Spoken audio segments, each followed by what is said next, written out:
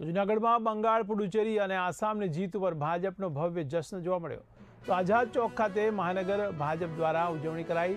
કાર્યકરોમાં ભારે ઉત્સાહ જોવા મળ્યો. ત્યારે ફટાકડા અને મીઠાઈ પણ વહેંચવામાં આવી. ત્યારે ચૂંટણી પ્રચારમાં ગયેલા 20 કાર્યકરોનું પણ સન્માન કરાયું.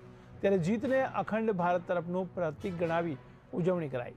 તો શહેરમાં ભાજપ કાર્યકર્તાઓમાં આનંદનો માહોલ જોવા મળ્યો છે. આજરોજ દેશના ઇતિહાસની સૌથી મોટી જીત કહી શકાય. દેશ આઝાદ થયો ત્યારબાદ સુરક્ષાને લઈને, વ્યવસ્થાને લઈને, જંગલ રાજને લઈને જે રાજ્ય પીડાતું હતું એ આજે જંગલ રાજમાંથી મુક્તિ થયું છે અને ભગવાધારીઓનું શાસન આવ્યું છે.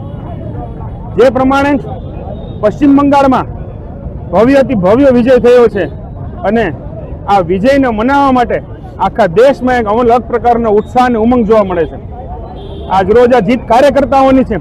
કાર્યકર્તાઓનો અથાગ પરિશ્રમ, મહેનત અને પશ્ચિમ બંગાળના કાર્યકર્તાઓએ તો ભારતીય જનતા પાર્ટીના પક્ષ માટે, વિચારધારા માટે બલિદાનો પણ આપ્યા છે. આ એમને સાચી શ્રદ્ધાંજલિ છે. ભારતીય જનતા પાર્ટીના સ્થાપક એક દેશ મેં દો પ્રધાન, દો વિધાન, દો નિશાન નહીં ચલેગાના નારા સાથે ડોક્ટર શ્યામા પ્રસાદ મુખર્જી પણ જ્યારે બંગાળની ધરતી પરથી આવતા રહ્યા હોય, આજે એમને સાચી શ્રદ્ધાંજલિ દેવાનો પણ દિવસ છે કે આજે ત્યાં ભારતીય જનતા પાર્ટીનું કમળ ખીલ્યું છે. આજથી 40 વર્ષ પહેલા અટલજીએ પણ કીધું હતું, અંધેરા છટેગા, સૂરજ નિકલેગા और કમલ ખીલેગા. પણ સાચ અર્થમાં આજે પશ્ચિમ બંગાળની ધરતી ઉપર કમલ ખીલ્યું છે.